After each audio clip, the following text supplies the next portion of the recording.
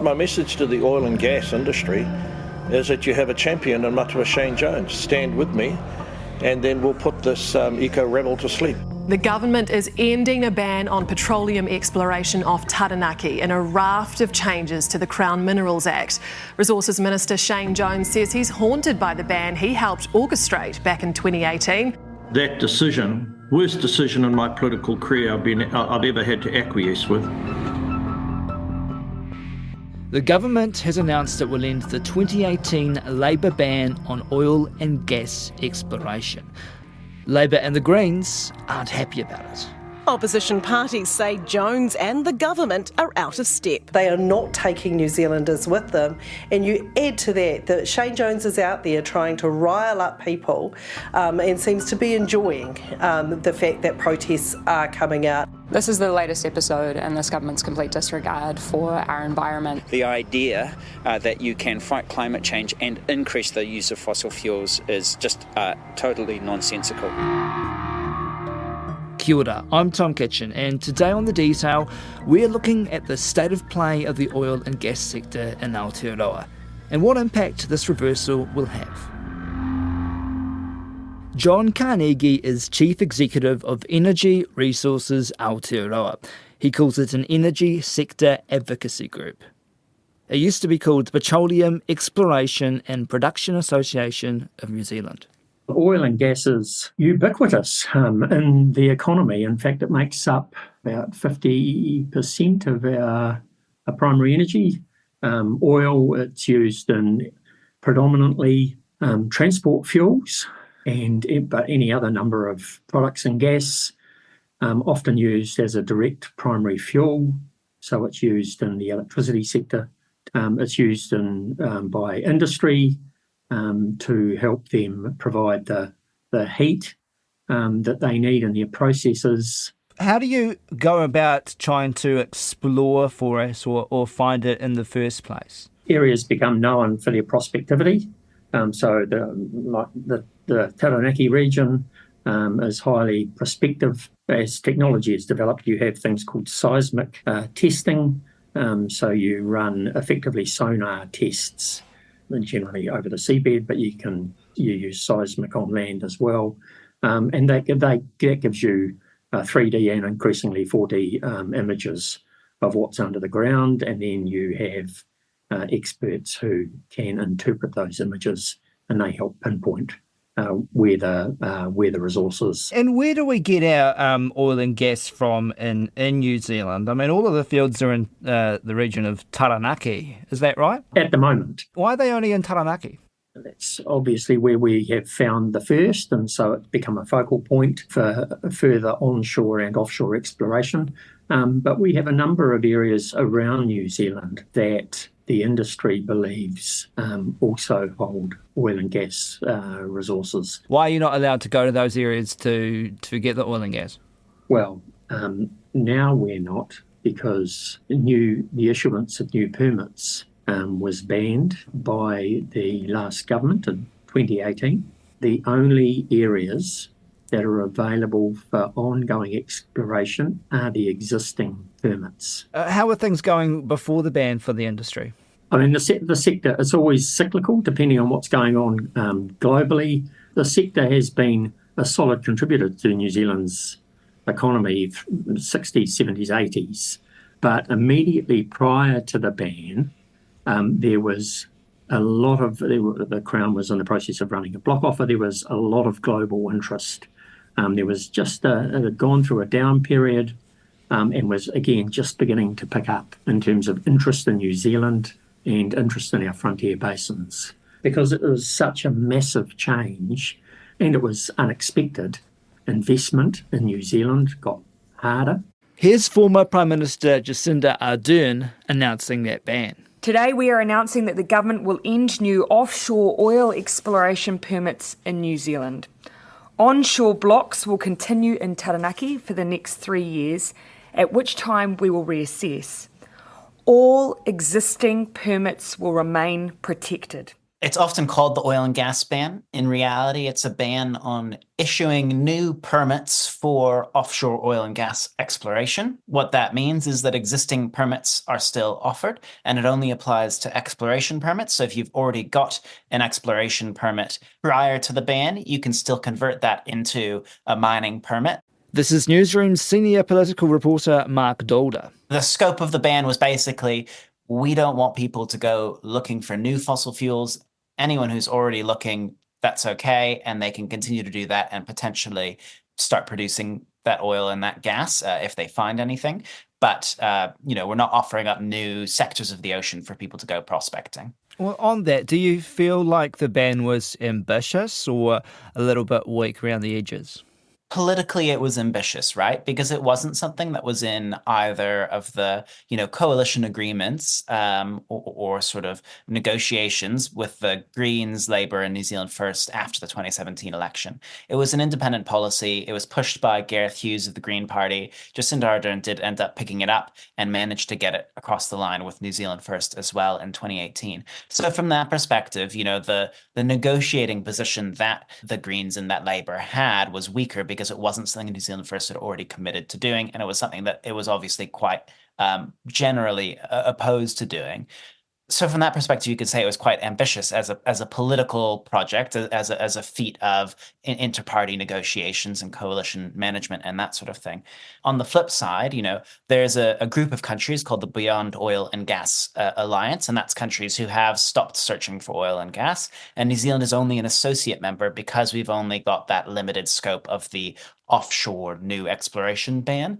Other countries that are running it have full bans, including onshore. So from that perspective, there was room for us to go further. What happened after that? What was the impact and the reaction to the ban? The reaction from the sector was broadly negative and has continued to be that way all the way through.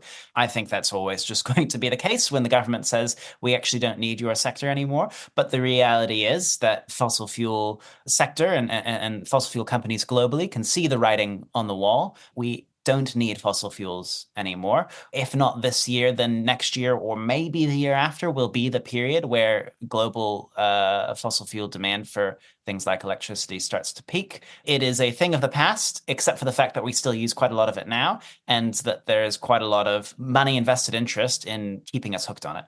But yeah, now the ban is going to be reversed, and this is something that is no surprise. That's right. Yeah, all three parties campaigned on repealing the ban. National and ACT have always been opposed to it, and New Zealand First, of course, did let it go through. Shane Jones himself, the Minister for Regional Development at the time, a key part of that, but now says he's atoning for his past mistakes by helping repeal the ban. Do you think he was supportive of the ban at that time, or just had to follow Labour? He definitely wasn't. There's a sort of very famous photograph of him at the announcement, basically face palming. He's clearly not supportive of it, never has been, but it was an agreement that Labour managed to secure with New Zealand First, and so he had to go along with it, and that's just sometimes what coalition politics makes you do.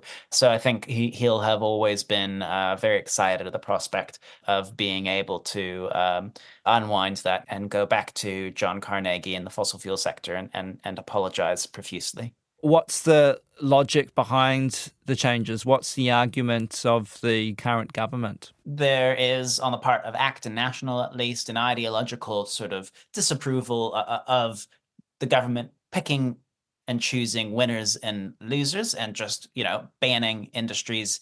They think that there is a more free market, market-led approach to reducing our emissions, and that things like a wholesale ban on new exploration, it just doesn't make sense with how they approach economic policy and climate policy. How would a free market approach change that in terms of trying to lower carbon emissions? Yeah, in this case, it would be the emissions trading scheme puts a price on carbon. That price is expected to rise. And so rather than people being told there's not going to be oil and gas in the future for you, when they're making decisions about, say, putting in a gas hot water heater in their new build home.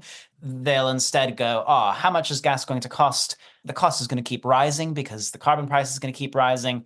Is it more cost effective for me right now to be putting in an electric water cylinder instead? I see what you're saying. And that same sort of decision being made on much higher scales by, industrial users and commercial users of gas going, maybe this investment makes sense right now, but those costs are going to rise over time. And so the market can drive that transition away from gas. And then the gas producers themselves go, the demand is going to be declining. And so they wind down their production in line with that. And so it's, that market-led rather than that kind of centralized direction on how energy is to be used. Okay, thank you. Right, so just back to what we're talking about. So the current logic of the government, what about New Zealand First? Yeah, for New Zealand First, it's broadly being aligned with primary industries, which includes the oil and gas sector, and regional development. Taranaki is the heart of that sector. It is quite important to that local economy.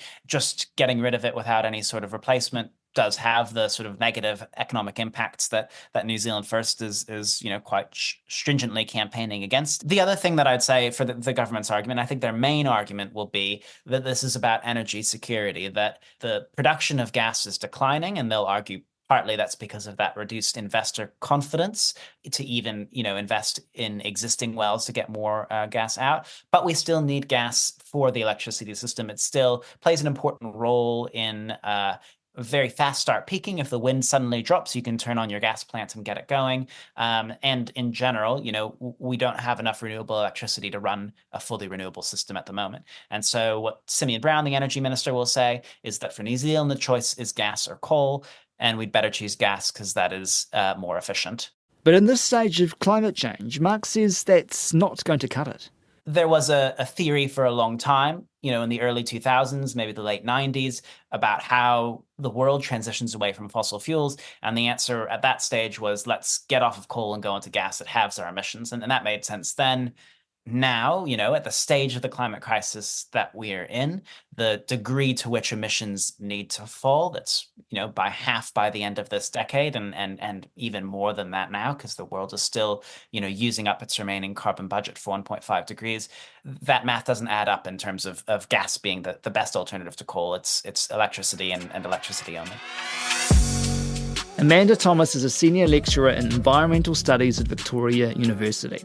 She co-wrote the book Stopping Oil, Climate Justice and Hope. It's about activism against offshore oil and gas exploration. Let's go back now to 2008 to understand the history behind the ban. At that point, the incoming government talked about a business growth agenda, and they were very pro-development, pro-fossil fuel development, and they went about changing the regulatory settings with the express intent of making Aotearoa New Zealand more attractive for the fossil fuel industry to come in and do their work here. The levels of exploration and the oil that was found, offshore definitely increased. Yeah, definitely. There was growing interest from multinational companies, and so we had, I guess, one of the kind of big markers in that time period was Petrobras that had successfully tendered to explore off the coast of the Raukumara Basin. That is up at the top of the East Cape, and Petrobras, a Brazilian company, and they were exploring in 2011, and that really marked a key kind of point in what happened, because that was the culmination and the rise of a whole lot of communities that were opposed to this exploration, and resistance that was led at that point by Te Whanua Whanoi working with Greenpeace to try and stop Petrobras' exploration. Police on naval vessels intervened as fishermen from the iwi and Greenpeace swimmers blockaded the survey. What happened through their resistance was they highlighted that there wasn't a lot of regulation around the exclusive economic zone. And so these multinational companies basically entered into a lot of conversation with the government that saw the government tighten up the regulation of that space through two pieces of legislation. And these two pieces of legislation set out a consenting process that excluded the public, and then also made it much more risky, in fact criminalised protest within 500 metres of exploration vessels. So, yeah, but essentially changed the rules that related to protest at sea. Are those rules still in place? They are. So that brought in huge fines for people that were protesting within 500 metres of exploration and extraction vessels. It also expanded police and military powers of arrest. That's quite unusual. And set a really low bar for the criminalisation as well. It was mere interference with the vessels, where normally the international standard is that there kind of has to be like violence or really, really significant disruption to their activities. We knew a long time ago that the government was going to reintroduce oil exploration. I mean, the announcement recently was a bit of an announcement, really. No one is especially surprised, but I think people are still extremely disappointed. So what kind of activism do you expect to see here now? Well, we know the majority of the public wants climate action, more serious action to address the climate crisis. I think we can expect many communities basically to go all out to tell multinational companies that they're not wanted here. We're going to see a ramping up of direct action as well as protests, submissions, community meetings, a whole range of things, because I know lots of communities are ready to go. What do you mean by direct action as such? So direct action is stuff that basically gets in the way of the business of extracting fossil fuels. So things might be blocking roads, locking on to extractive machinery. We saw a couple of years ago 2 people scale a rig that was on the Cook Strait. This is OMV's drill. This is what they've been using down on the Deep South Basin, and they're on their way up to Taranaki to continue drilling an existing well. They're going to go down, dig across, make a big mess. We don't want them in our country. We don't want them in our waters. They were the first 2 that were prosecuted under the amendment that I talked about earlier. But yeah, direct action, if people are going to get prosecuted, do you think that they will still want to do it? Sure. Some people, the stakes became too high. If you've got a young family or community responsibilities, facing up to tens of thousands of dollars in fines is not super attractive. Here's Mark Daughter again on what he thinks is at risk with this policy reversal. So there are a couple risks. One of them is the climate impact, right? Gas still pollutes. We're in a phase of the climate crisis where we can't afford to continue emitting carbon dioxide emissions. Every ton of carbon dioxide we emit makes the world warmer. It stays in the atmosphere for hundreds, thousands, maybe tens of thousands of years. So that's the very simple climate argument. It's basic physics. I think everyone would agree with that. There's an economic impact as well, because gas, like I said, is more expensive. So we're going to be paying more for our bills if this decision means that we end up using gas for several decades to come. It sets us on a sort of path dependency. We don't get a choice to build new renewables because that gas is going to be locked into the system, and it's going to be a massive stranded asset if we don't end up using it. And so that means our costs are going to be higher. We're going to keep making the climate worse. And that's just what will happen if new companies come in and start producing gas. There's a flip side to this, which is it's possible that the government repeals the ban and new developers don't come in, because they look at New Zealand and they say, well, actually half the parties in parliament want to ban us from doing this. And if there's an election and those parties win, then we're back to square one. So should we be investing a significant amount of capital into trying to figure out, if this works for us, into starting exploration and production and so on? And globally, like I said, there is this recognition that fossil fuels are on the way out. And so you really need a very, very friendly investment environment, very low costs for companies to begin investing in new production. And I don't think New Zealand is the sort of country that can offer that. So it's entirely possible that this ban is repealed. There's no new oil and gas produced. The government, can say that it's got rid of Labour's ban, but also the market has read how ambitious the government is on climate, and therefore no one is going to be, relying on gas anyways. But, they stopped the evil Labour policy. There are still harms in that outcome as well, because this is going to do a lot of damage to New Zealand's international reputation and our relationship with the Pacific. But maybe that's the best case scenario, right? The ban is repealed and just nothing happens because everyone realizes that fossil fuels are a pretty bad idea at this stage. Yeah. And the other thing is that, repealing this ban will just, in terms of meeting climate targets and what we've signed up to, through COP and all that, we may not meet those targets. That's the other issue. The International Energy Agency, which is not a hugely ambitious organization on climate, in 2021 published a scenario for how to reach net zero energy systems and how to do that in a way that limits warming to 1.5 degrees, which is the global goal, but also the goal that's in our Zero Carbon Act that the government has to achieve and has to act in consistency with. And it found that pathway doesn't involve any new oil and gas fields, that existing fields are still required and that there might be some work to produce more from those existing fields, but that no new fields are required. So the scientific evidence here is very robust. It has been reconfirmed by many different studies, and all of those studies say we do need some gas still, we do need some oil still, we even need some coal still, globally speaking. But we don't need to go looking for new sources because we've found more than we could possibly burn while still maintaining global warming at a reasonably safe and slightly less catastrophic level than it would otherwise be. So you think the government's just denying the science? I think it's for the government to answer, does it believe in that scientific evidence? And if it does, why does it think New Zealand is exempt from it? Is that on a basis of policy, of politics, or of a mystical loophole in physics? Have you asked them that question? Has anyone asked them that question? They are frequently asked that question, and they frequently avoid answering that question of, this is what the IEA says, this is what the IPCC says. But Luxon was asked just at PostCab on Monday. On the oil and gas ban, given the International Energy Agency, the IPCC and others have all found that new oil and gas development is inconsistent with keeping within that 1.5 degrees Celsius ban, how can you say the government's committed to that 1.5 degrees Celsius while you're also taking this action? For the foreseeable future, at least I think for 10 to 15 to 20 years, gas is going to be a very important transitory fuel for New Zealanders. You can come out and make a decision, ban oil and gas. You can have some bumper stickers and some headlines as the previous administration did, but there was no plan to follow it up to say, well, how does that deliver energy security to New Zealand and New Zealanders? You can read into that what you want, but it doesn't seem like he cared particularly about that very robust scientific evidence. That's it for today. The Detail is funded by RNZ and NZ.air. Thanks to John Carnegie, Mark Dulder and Amanda Thomas. This episode was engineered by Mark Chesterman and produced by Gwen McClure. I'm Tom Kitchen. Mā te wā.